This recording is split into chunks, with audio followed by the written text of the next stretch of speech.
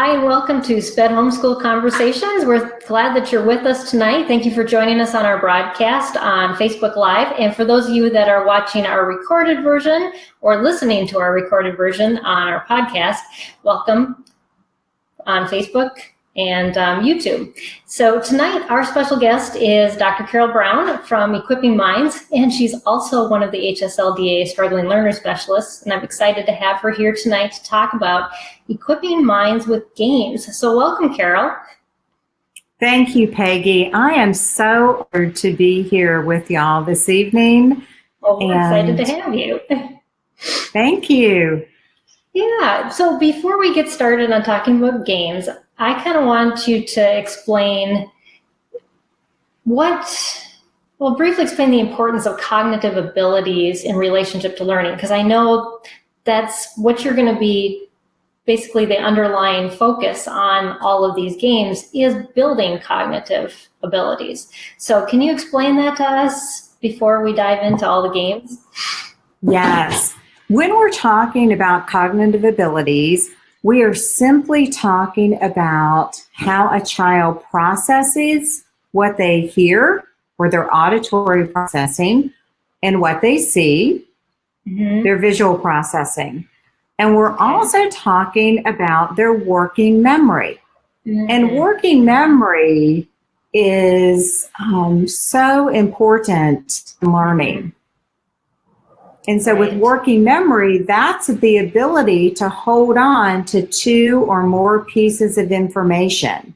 And that is following multi-step directions, holding on to letters, to be able to read and spell, the ability to hold on to multiple numbers, to do math facts, to do mental math, that ability to hold on to formation and grammatical rules and sequences of a story, to be able to put those thoughts in written communication or oral communication. It also impacts our ability to hold on multiple images to comprehend. And then it also greatly impacts your ability to think about the present situation, go into your long-term memory to retrieve past knowledge experiences, to think about the present situation, to make good decisions. So your working memory just is so all-encompassing. So any individual that has a psychological done, you're going to see scores in their processing, in their working memory, which are their cognitive abilities. And then you're going to see comprehension, another cognitive ability. That is really that ability to make those images when you're reading, to have understanding. And then finally, your reasoning abilities. And so all those things that psychologists will test to then say, well, this is your child's IQ, or this is their diagnosis, or this is what you need to do. Well, when I have the privilege of doing professional development for psychiatrists and psychologists, they'll always say, Carol, we know how to test it. You figured out how to train it and change it. So it's an all-encompassing thing that affects every part of your learning ability. It does. It actually affects everything. And so we are seeing in my research, and thankfully I have been very fortunate to have one of our little girls with Down syndrome who made just amazing gains in all areas. Her 4-year case studies in a peer-reviewed journal in the Christian Education Journal.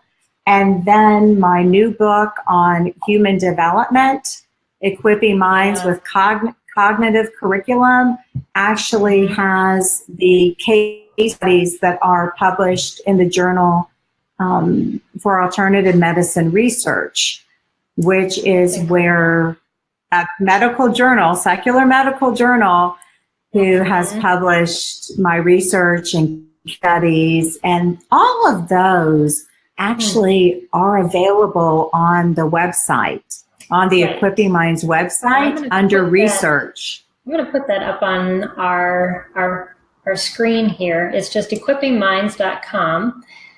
But let's see if I can get it copied and pasted up there.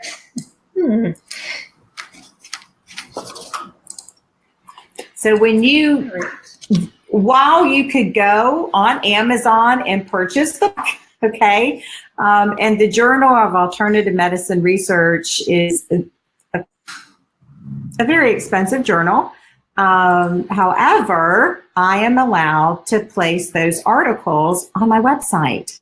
And so you all can read, you guys can read those at no charge whatsoever. Yeah, you've got some great information on your website. So I definitely encourage everybody to check it out. What's important about the we're going to learn tonight is that they are research-based. And I also put another journal, a thesis up there on visual processing and phonemic awareness, where it takes one of the games that we use, the game set, and did a research study with it for a master's thesis for someone who, speech and language pathologist, who is a colleague of mine and has seen the power of playing a game and increasing inferential language and phonemic awareness. Yes, yeah.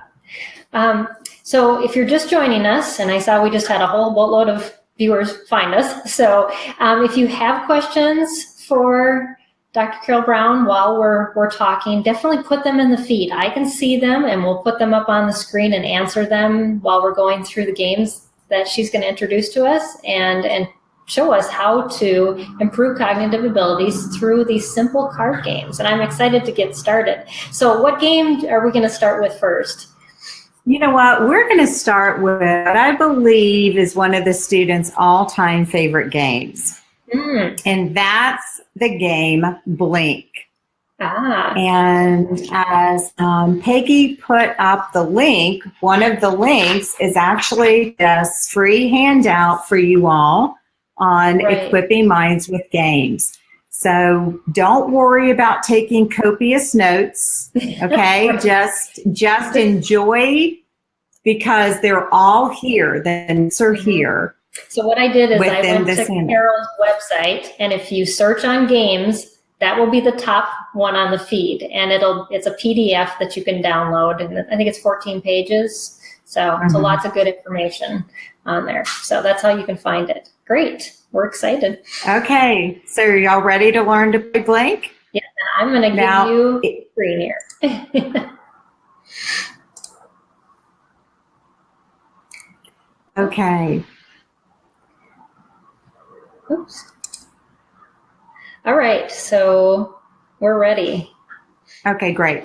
So some of y'all may already have Blink or think, I know how to play that. Well, we're going to learn some more steps. And in the handout, you're actually going to see about 24 steps, okay? And so the very first thing that I do anytime that I'm working with a student, I need to know if we're seeing the same thing. And so we'll start with numbers, and I'll ask the student, how many do you see? And they should say, oh, I see 1. How many do you see? 2. How many do you see? 3. How many do you see? 4. How many do you see? 5. And if I have a student that cannot identify one of those numbers, well, right now that number doesn't get to play with us. And so sometimes I've had students that we just had to start with 1 card, and that's fine, because you can only train the brain with what the brain knows. And so if they only know 1, we'll start with 1. And then once we get that, then we'll add 2 and 3. And so this is what we do. I encourage you, when you're doing this with a student, to always play with them. not to make them perform for you, but that you're the mediator. And I always will say, hey, we're going to play a game. This is going to be fun. This might be challenging. And we're going to do this together. I will help you. Those words are so powerful. Mm-hmm. And so I love for you all to take turns, and for mom, for dad, teacher, therapist, that you are always modeling and mediating. And so this is what it would look like. So I have them in sequential order, and then you would pick up a card and say, 5 on 5, and put it on the 5 pile. 3 on 3, 5 on 5, 2 on 2, 5 on 5, 4 on 4. And you would keep doing that. And if you have a student that's nonverbal and they can match it, I need for you to be their voice. So I have some students that we work with that are nonverbal for numerous different reasons, from autism to Duke 15 to other chromosome disorders, that the parent will be their voice. So whatever they're doing, the parent is putting language with that. So encourage you to do that. But you would sit there and do that and just take turns. You get a turn. We have also had families get around a table, or small classrooms, larger classrooms, and everybody goes around and takes turns. And I think we all could agree we all need to work on paying attention and waiting our turn to go, right? So initially it seems like, wow, that's so easy. But my student already knows their numbers. But have they ever gotten to be right 60 times in a row? Probably not. Have you been right 60 times in a row? Probably not. And so it's actually just a great exercise. So they're feeling confident. They're saying what they're doing. They're able to use their voice, use their hands, and match what they're saying and doing at the same time. And that's a really hard skill. And to make that skill more proficient, you have to take something that they already know to develop that. You can't take things they don't know, or they're only going to be frustrated. So after we do that with number, then we move to the next quality on the card, and that's going to be color. And so we're going to see if the student can identify the different colors. So we would ask what color they see, and I'd say blue. And what color? Red. What color? Green. What color do you see? And sometimes I say silver, and sometimes gray. Either is fine. What color do you see? Yellow. And finally, we see brown. And once again, if there's a color they don't know yet, it doesn't get to play with us yet. It has to wait, and that's okay. And so we would follow that same procedure. And this is where I like to usually have 2 rows with 3, and they're simply going to say again, brown on brown, yellow on yellow, brown on brown, gray on gray, blue on blue, yellow on yellow, green on green. And it's just really important that they actually say what they're doing, okay? So you're modeling this with them, and you're saying your colors. Now, you'll go through the whole deck with that, taking turns. So Carol, a question for you. Yeah. So if a child is confused, and do you limit it to like one color and one number and keep going through the list, or would you stick to maybe the first couple steps on the game and reinforce that first and build on the colors and the numbers, or would you kind of go through all of it with just a fewer number of cards? Right. I would go through with a fewer number. Okay. Because I want to see what they know in each. Okay, so you're testing while you're actually going through, and I get that. Okay. Right. And so the kind of assessing we do is called dynamic assessing. Mm-hmm. It's not a static assessment, it's a dynamic assessment where you as the mediator are modeling, and I don't necessarily, I'm going to see what they know, but I really want to know what can learn, what can they know. And so some students are stronger with number, but others are stronger with colors. Okay. And then the third element we're going to look at is shape.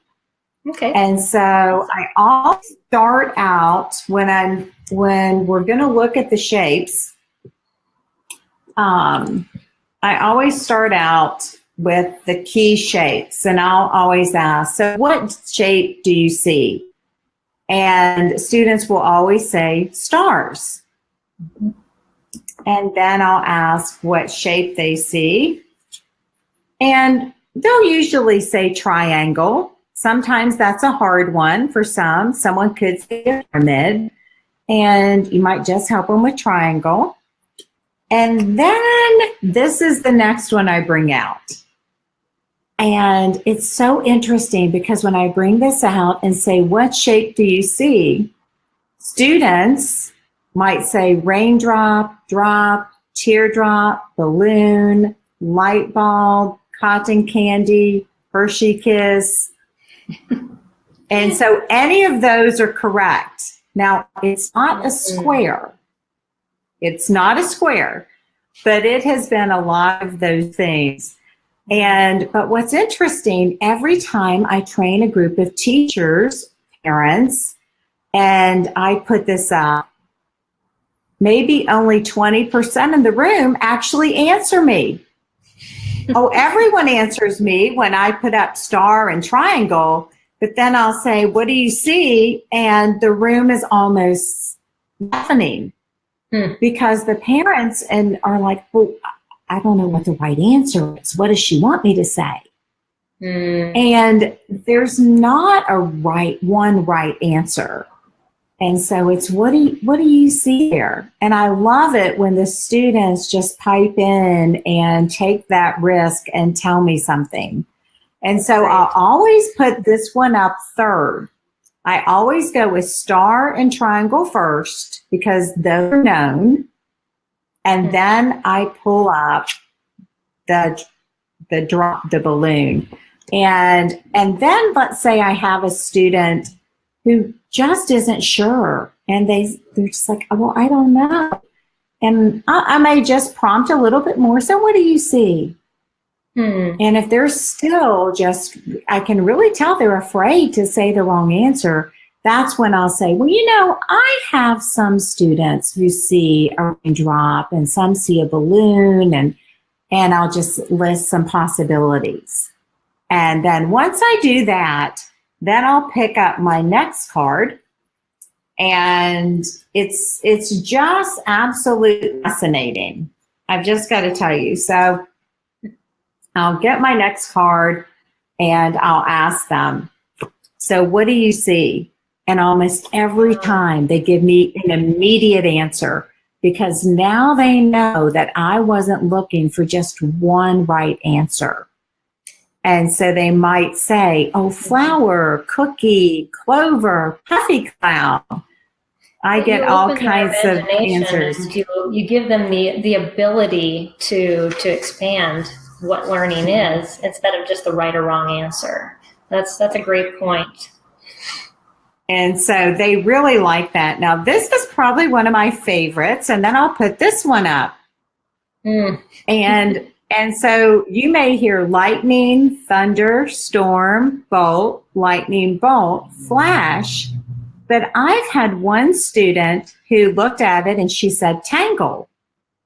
And I actually said, well, lightning, and she said, tangle. And I said, lightning, and she said, tangle. And finally I said, okay, tangle, because she had named everything else. She had named everything else, but she saw a tangle here. I had another student who looked at it and immediately looked at it and said, narrow path. And I was really taken back. And she said, no, narrow path. And I'm like, okay, you see a narrow path. Absolutely. Exactly. So it's narrow path. And then our final one, and they will typically, not always, hear moon or crescent. Sometimes you hear smiley face, and someone might see a frowny face. So you have those 6 different shapes, and we would do the exact same thing where we're going to just simply lay out one of each shape. And so now they have those out, and then they're going to say, oh, balloon on balloon, moon on moon, flower on flower, lightning on lightning. And they're going to sort those. Okay? And I've got to tell you, I know saying, well, my student knows that. Be great to be able to say, wow, you really know those really well. And so then eventually you could play with your student where you're actually racing against them. And sorting them to see how fast you can go. Now, initially take turns. But now, Mom, you don't want to get all excited if you win. And if someone has more cards, that's usually when I'll say, hey, give me some cards. Let me help you. Let's finish this together. Okay. And so, hey, I like how you're thinking. Nicely done. Now, the other thing I do want to address for just a minute is that if we're sorting these, and we're sorting these by shape, but a student is more familiar with number or color, okay? And they were sorting these by shape, and they picked up the card, and they actually said, oh, we were supposed to say moon on moon, and here's my moon, but they actually put it here on the red. And I might say, check. I'm never going to say wrong or no. I'm always going to really encourage self-correction. So I'll say check, and I may say, no, these are both red, but stop and think. What are we sorting by? Oh, moon, moon on moon. Okay, nice thinking. Okay, so anytime, because now when they're sorting and now they're doing shape, they have to ignore number and color. Right. So keep that in mind. That they're having to switch. Yeah, and that's a hard thing to do. They have to switch. I mean, even as adults, it is hard to do. Get on a different track when you're so focused, and that's what you're causing them to do, is focus so intensely on one specific thing. And I know you're going to build on that later in this game too. Yeah, so you're focusing on that one thing while you're ignoring the others, and then you're working on, so you're able to take something to increase their speed and increase that focused attention, that flexibility. And if your student gets really good, you can have them start sorting one thing, and then you can say, okay, we're going to switch. Now make sure you have one of each color. Now we're going to switch color. And then about a third of the way through, switch to the different ones, but not on the first day. Okay? So not yet. Not yet. But then this is where we're going with this. The next thing we're going to do is really help you all understand working memory. And I have found this to be the most perfect way to do this. I know you guys can all play for us here on the Eastern Time Zone, oh, it's late, I'm tired. So if this is hard, And I understand we have someone who's awake across the ocean over in Europe. It's 3 o'clock in the morning. Thank you. Thank you for getting on with us. So working memory, another way to think about it is it's all about taking turns. It's taking turns. So we were looking at one thing at a time, okay? It's like we do when we're doing things with reading or learning to read. We're just looking at the sound, or we're just looking at the k sound. And then we have to put it together, and then we've got to rearrange it and think about it and hold on to it and do something with it. Well, here we go. We just looked at 17 different things. 5 numbers, 6 colors, 6 shapes, 17 things. Okay, here we go. And since Peggy's here with us, I didn't tell her I was going to ask her to do this. Okay. Okay, I didn't tell her, but someone's got a model for us. Okay. You know what, Peggy, this is going to be challenging, but we're going to do this together. I will help you. Awesome. Ready? Get my green tea. I'm ready. Okay, excellent, excellent. So Peggy, first thing we're going to take turns. Tell me the number you see. 2. Color. Blue. Shape. Star. Number. 5. Color. Green. Shape. Teardrop. I think your finger's covering up. Oh, sorry. Cloud. Good. Number. 5. Color. Brown.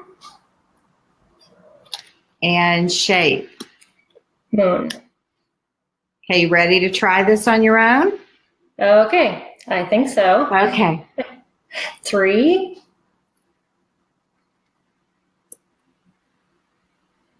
Nope, I said 3. Sorry. It is? Yep.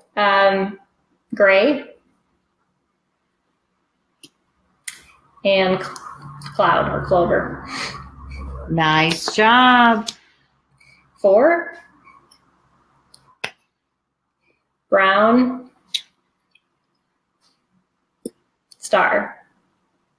Excellent. I like how you're thinking. 2. Blue. Oh,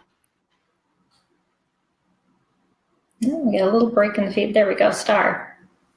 Okay, nicely done. Now, if your student was doing it and they said 5, 3, that's when I would either say check or I would say that is 3. But if this was 5, whose turn is it? Oh, red. Red. Okay, and if they get really good at that, then you can say number 4, number color for blue, number color shape 1 yellow star. Number 1, number color 1 blue, number color shape 1 green moon. And the reason we go in that order is because that's how we talk. And so for some of your students, it may be hard because we'll say 2 green apples. You know, there were 3 blue shirts, 5 black dogs. So even if they're looking at a card and say 1 green lightning, 3 green drops. I could sit here and tell you stories all night about how that has so impacted students' language. And these were learners who've been going to speech therapy for years. And just by putting that piece in, all of a sudden, they're using more descriptive language. Right. And they're so also learning how to segment. And I know so many kids, and I had foster kids, just getting them to do the same thing in a row every time was so difficult because they would hop around and their brain, everything was all over the place. So I can see how that can connect those cognitive abilities and cause the child to be able to segment them and put them in order better. That's great. It's so fun. It's fun. And I've got to qualify this. When doing Equipping Minds, it is mandatory that you only have fun.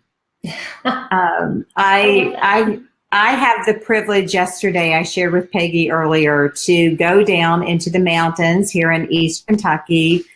And as you heard her say at the beginning, I'm a special needs consultant for HSLDA. I had homeschooled my children some, but also was a private classical Christian school headmaster for years. But one of my biggest surprises and delights in our Equipping Minds Center is that I do train a lot of the public schools here in Kentucky. And so the Eastern Kentucky region is the one I train the most. And one of the schools down there has been doing Equipping Minds with a great deal of fidelity, like an hour a day with the 5th and 6th graders, with a lot of them. And I got to go down yesterday and watch them doing the games and hearing how their reading scores and their math scores and their fluency and their comprehension and their social skills and their communication and their attitudes and their confidence and the behavior. And this is what the principals and their teachers are telling me, and then what the students are telling me. And how they're opting Equipping Minds as an elective class.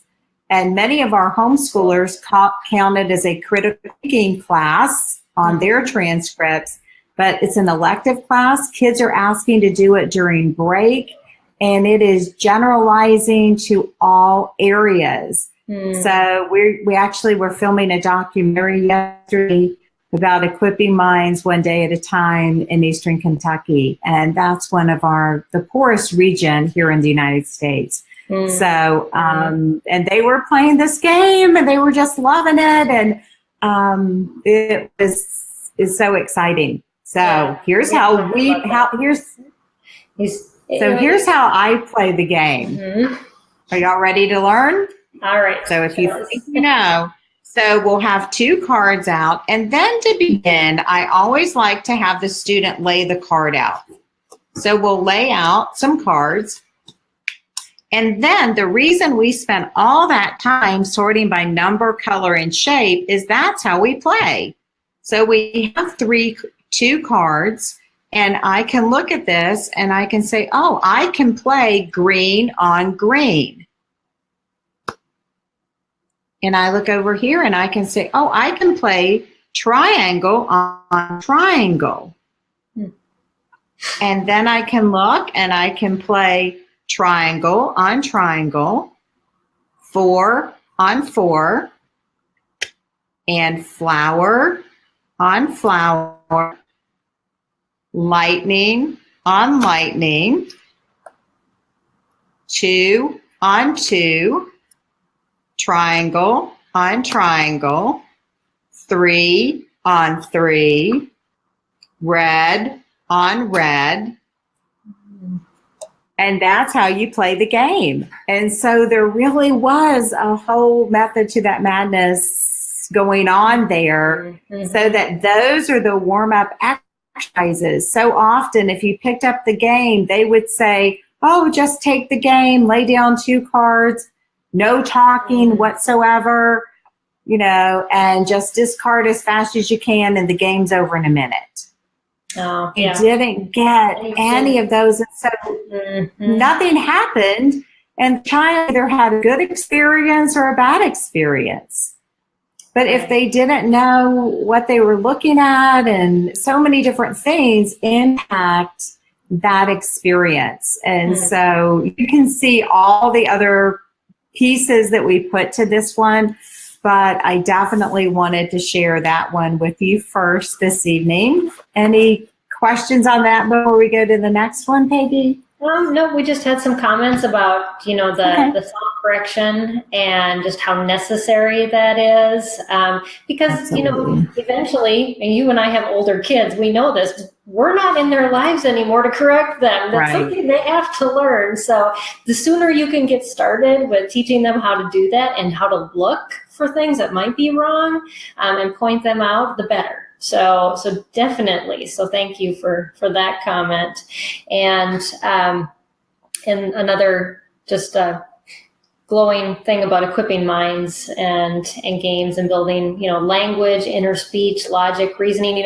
As you're talking, oftentimes we play games, we play them silently or we think them out. We don't use our language. And I think, what you're pointing out to us is how important that language piece is, and to make sure that the kids are talking and about those things. And, another thing you brought up, and one of our viewers said something about adults being afraid to be wrong. I think we're all afraid to be wrong, and we instill that fear into our kids about, there's a right or wrong answer, and there's a lot of gray areas, and there's times that we can be creative too, and I think we squash that creativity by making everything right and wrong. So that is an awesome point too. So those are our comments so far, but definitely if you have questions or more comments, keep on adding them as we're going through the games, and we'll make sure we get to them as we go along. So great. So what do you have next to share with us? The next one I want to look at is probably one that almost everybody has in your house, because this is something that I find, and that is just a deck of playing cards. Okay. And this can be great to do with grandparents as well. And so, because they're very familiar with playing cards.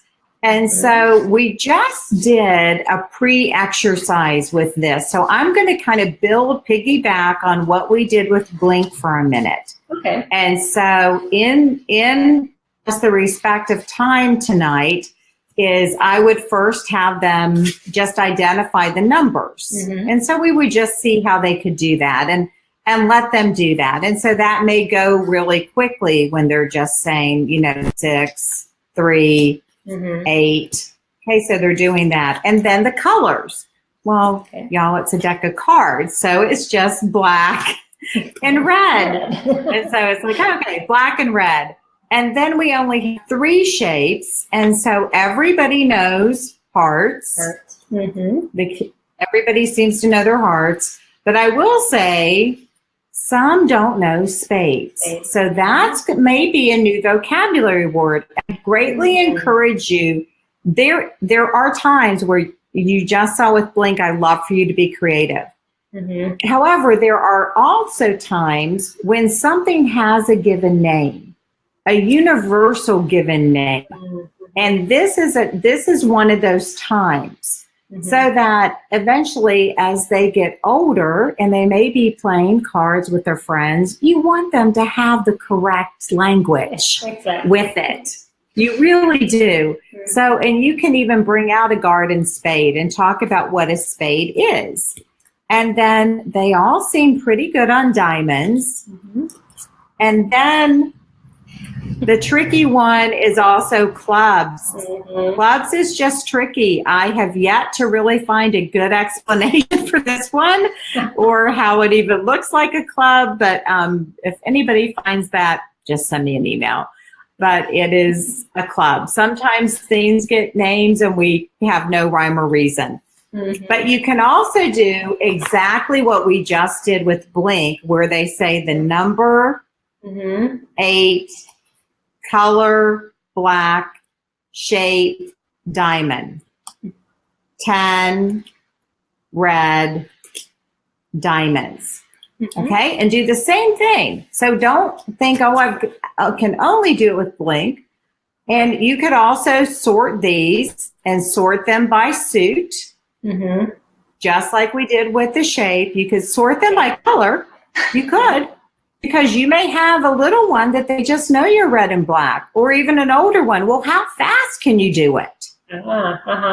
Okay, how fast? Red, black, red, black, black, black, black, red, and having to go back and forth. Sometimes just sorting with 2 things can be you can get off sometimes. Challenge, yeah. Or if you were sorting the numbers as well. Mm-hmm.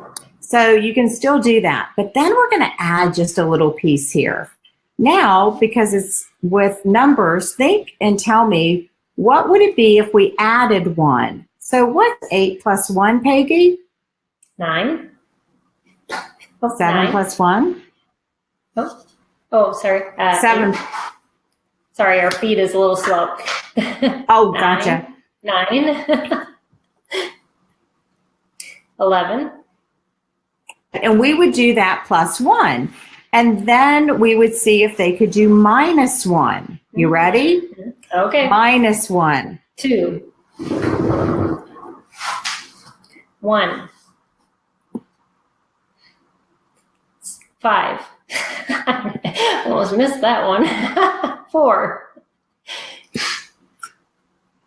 3. Excellent. And you would do that for a while. Okay. And then when they could do that well, we have to take turns. Okay. Mm-hmm. So now we're going to do equal. So what it is, 3. 3. Mm-hmm. Then plus 1. So you want me to do 2 plus 1 is 3. So Mm-hmm. 3. Okay. 3. And then minus 1. Okay. 5. So equal 5 plus 5 minus. 7. Keep that going. Okay. 7.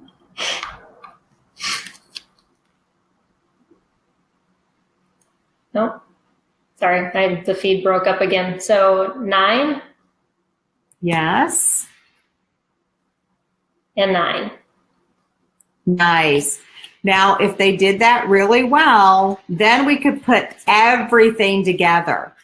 And more in depth in my actual cognitive development curriculum, there's a whole entire book, massive book, which is a day-by-day cognitive curriculum that is being used by homeschoolers and public and private schools, which is all-encompassing. But in there, we go into what is called the Brown 6 and back. And working memory is where we are alternating between many different pieces of information and keeping sequences in our mind.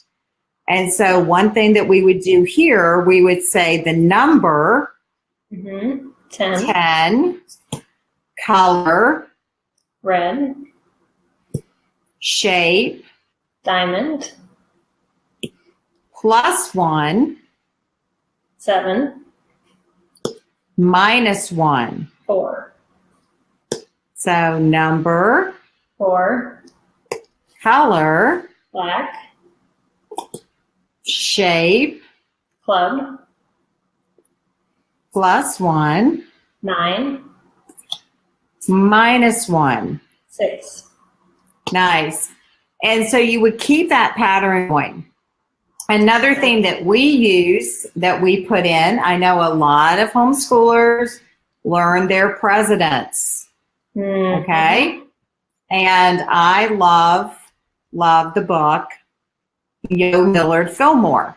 And so I use this book, and I have gotten to know the authors because they allow me to use for the pages, and we do all kinds of things, everything from President Tic-Tac-Toe to saying them forwards and backwards. So if you're not familiar with this book, I would say to get it, because you get to it's a wonderful look at the pictures and describe them, and then say something from this picture shows up in the next picture. And so, but when they know their first 10 presidents, then the presidents gets to go into this loop. Okay? And so then they can say the number 7, color, red, shape, clubs, plus 1, 9. Minus 1. 3.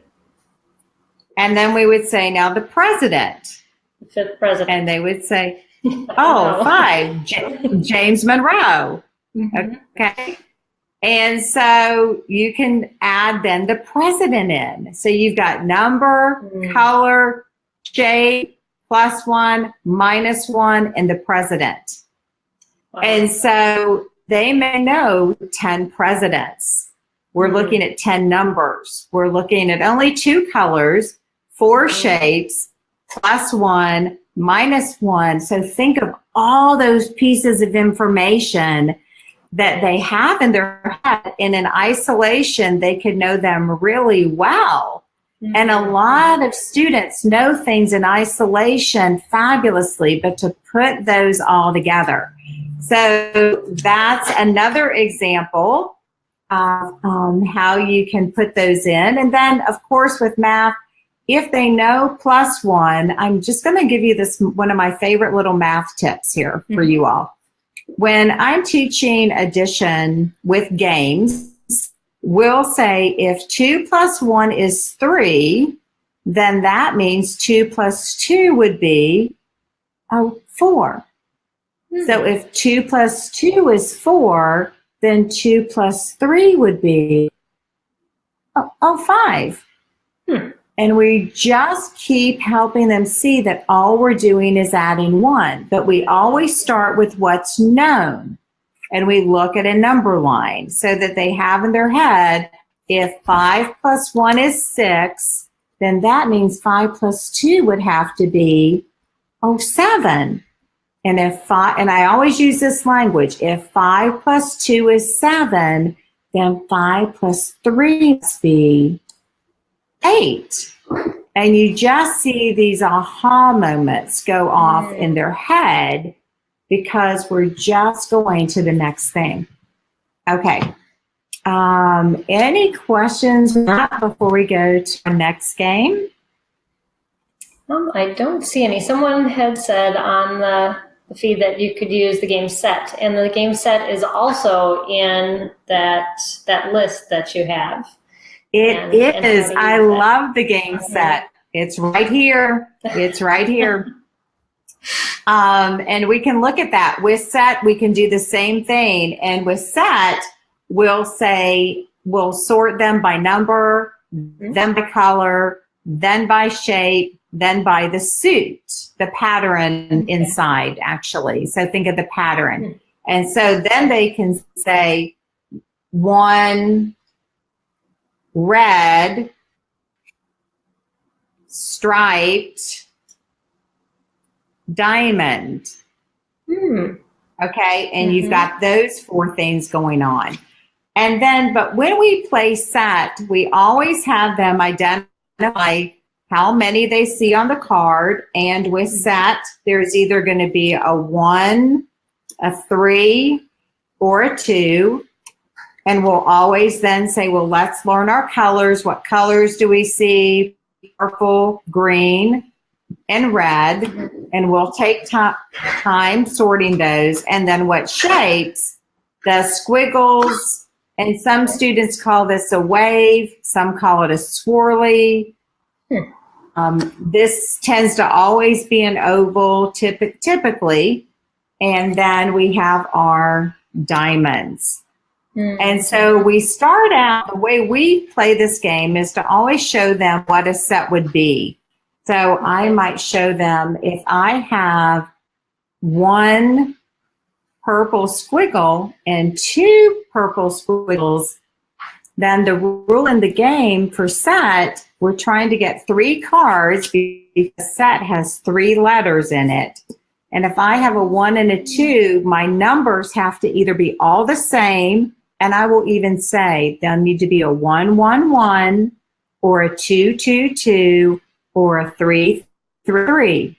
Because sometimes we students understand what it means that they're all the same or all different. And actually, I found that's not always the case.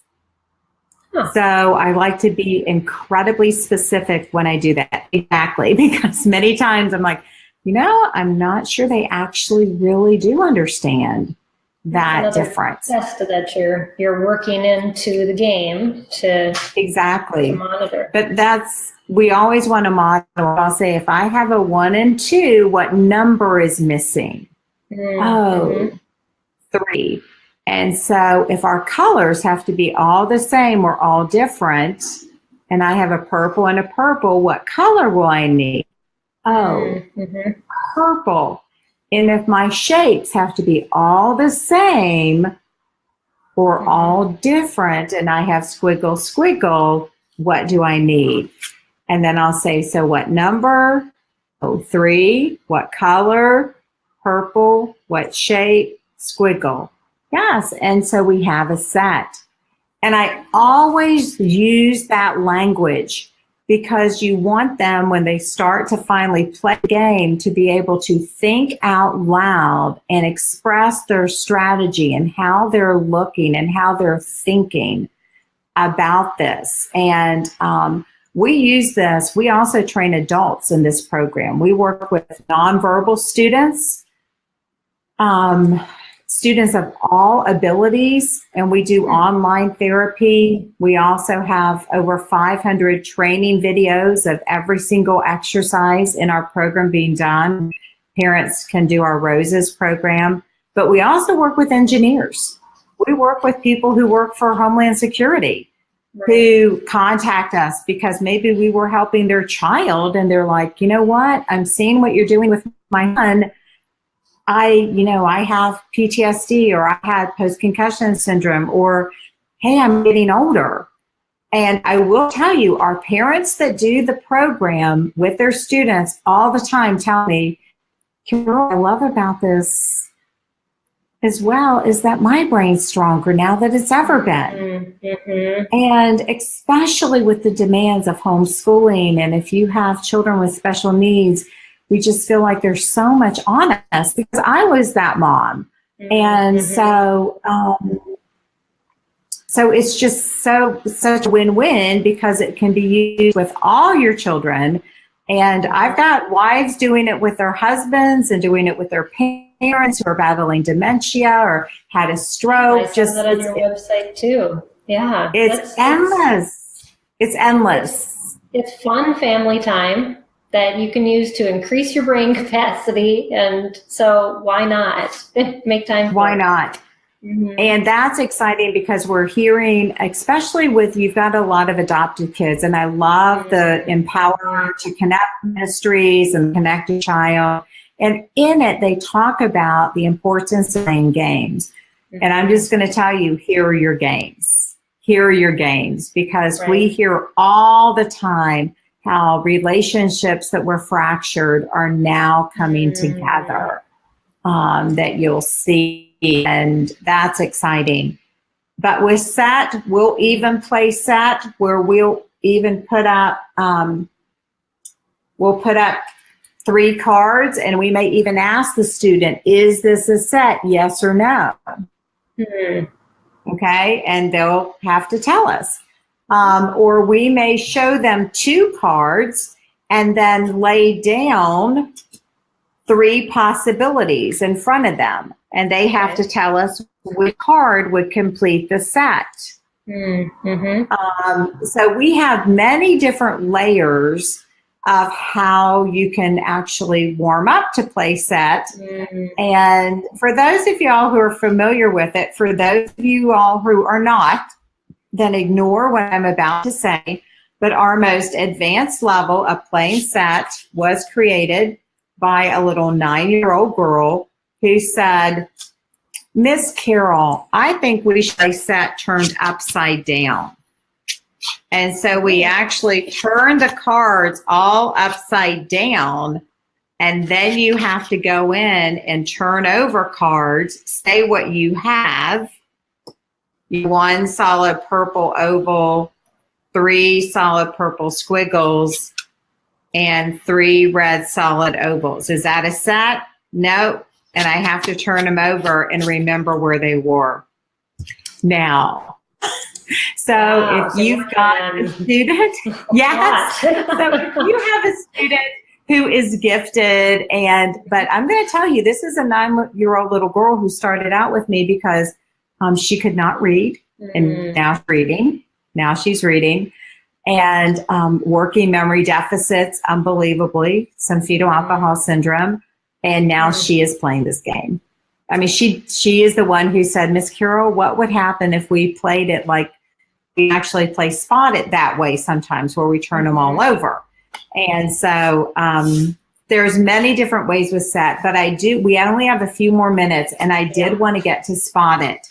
Okay. So I could go on and on with. I will tell you the other little thing you could do with SET is also do this. Ask them, kind of like, so what do you see? And they have to say, purple diamonds. And then you turn it over. Now, what do you see? Oh, 2 green diamonds. Okay. So now stop and think. What am I holding in my hand to compare SET? So think about your number. Think about your color.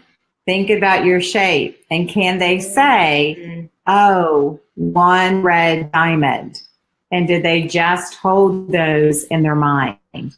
So there's the regular way, and that when you're playing SET and laying it out, but those are some other ways that I also put in to really get the brain thinking about this whole process. So with what you're going to see in the handout is Spot It Junior with animals and Spot It Gone Camping, 2 of my favorite. And we even bridged Spot It Junior with animals to a classification in science. And I give you that. And in our new book, what you'll see, and this is the reason the schools are really enjoying this too, every exercise that we do, and like with Spot It, we're going to tell you here what cognitive skill we're addressing.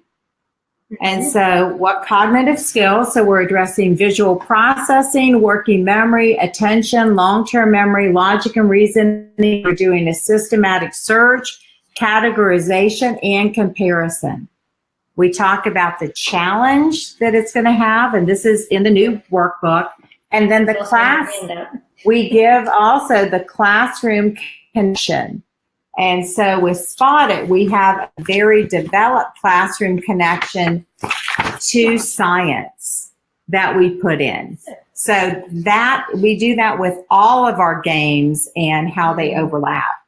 So with Spot It, what is key here is the first thing we always do is say what's on the card. And we always start at 12 o'clock and go around. So we would say, oh, I see a red crab, and we always use a full sentence.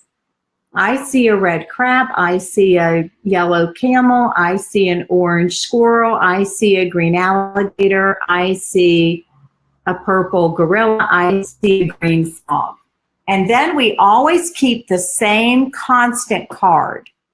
And then we'll pull up another card and say, oh, I see 2 green frogs. And then I like to even come in and write that down. I see 2 green frogs. So they're also seeing here's the sentence with what we just said. And then I keep my first card. I always keep my first card. And then I have another card, and I'll say, okay, and Mom will say, oh, I see 2 red crabs. Okay, now it's your turn. I see 2 yellow camels. And have them go around. You can compare the sizes of them. And then after you've played for a while, then you turn over the card and you say, so what were the animals that we saw on the very first card? And see if they can tell you. And let's say they give you some of them. And then they're stopping and thinking, and I may give a prompt, and I may say, well, was there an animal you saw that was yellow? Okay, and just give that slight prompt.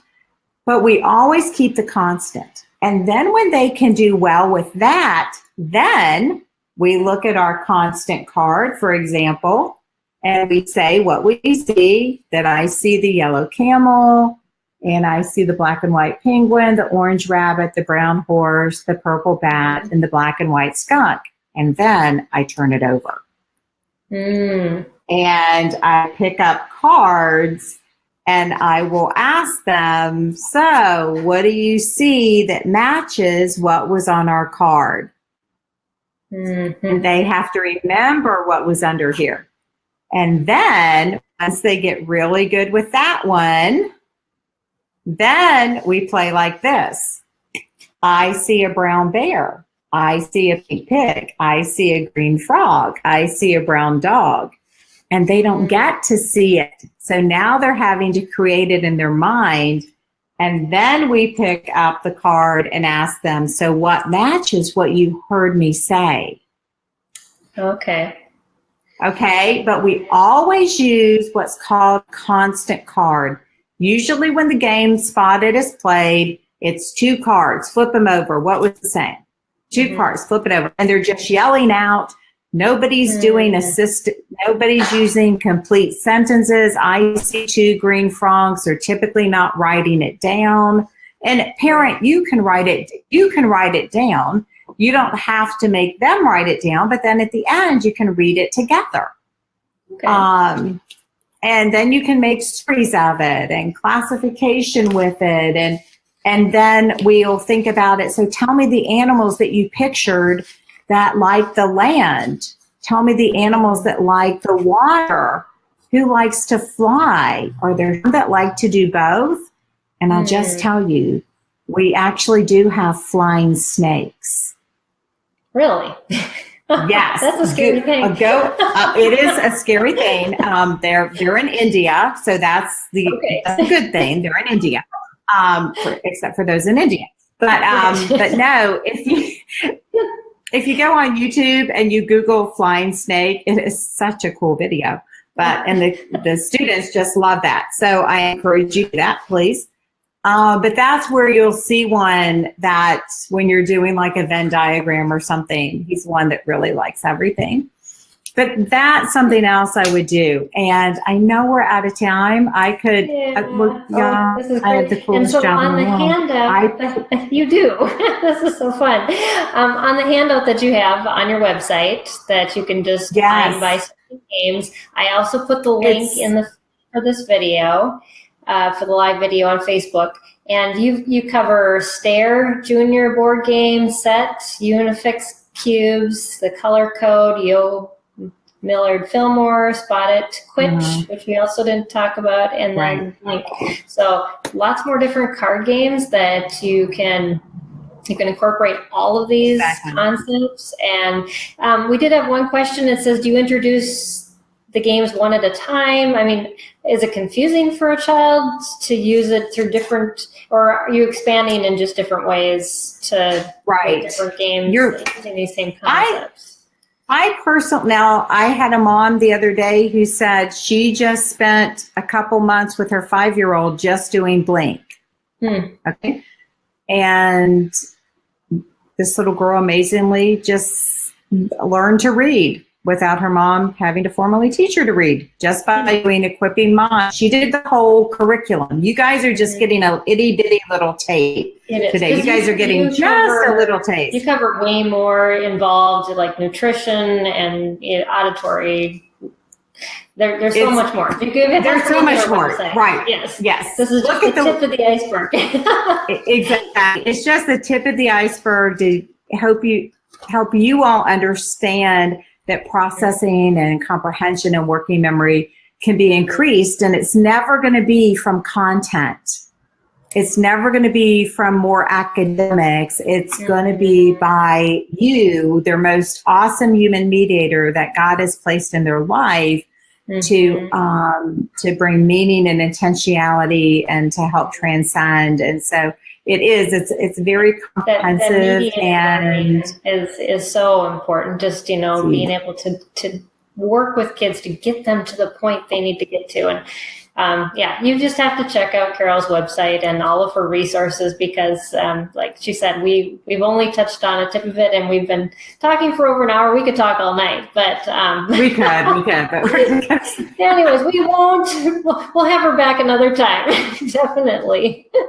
So thank you, Carol, for your time and for sharing just your passion. I know you are so passionate about this, and just your heart to help families and to struggling kids, and it's just a blessing to be able to introduce you to our audience and to let them know how they can use the research that you do. You know, it's so much more than just a curriculum. You look into how it really works and why it works, and you build on that, which is so exciting.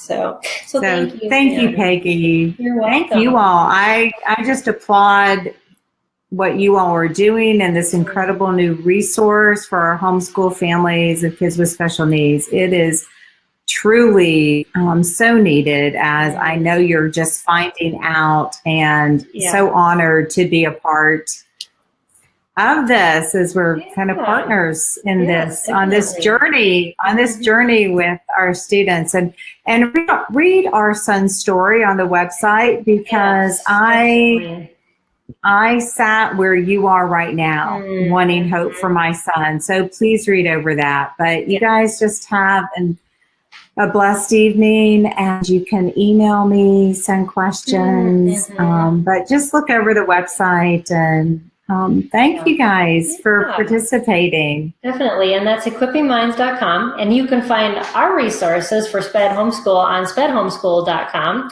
And next week, our special guest is Melanie Wilson, who also calls herself Psycho with Six, and she's going to be talking to us about how not to lose your identity while you're homeschooling. So talking to you moms and dads about just not losing yourself in the midst of all the craziness of homeschooling.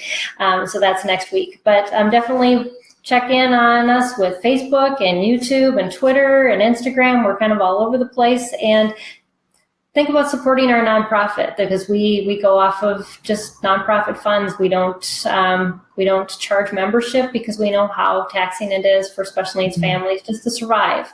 So even supporting us on Amazon Smile, it's free. It's something you can do when you purchase things on Amazon. Just pick SPED Homeschool as your charity of choice. We'd appreciate that, because we have 2 interns that we only pay when we have funds. And they are special needs homeschool graduates. So anyways, we want to continue to support them in building their job skills. So anyways, until next week, goodbye, and thank you again for joining us on SPED Homeschool Conversations.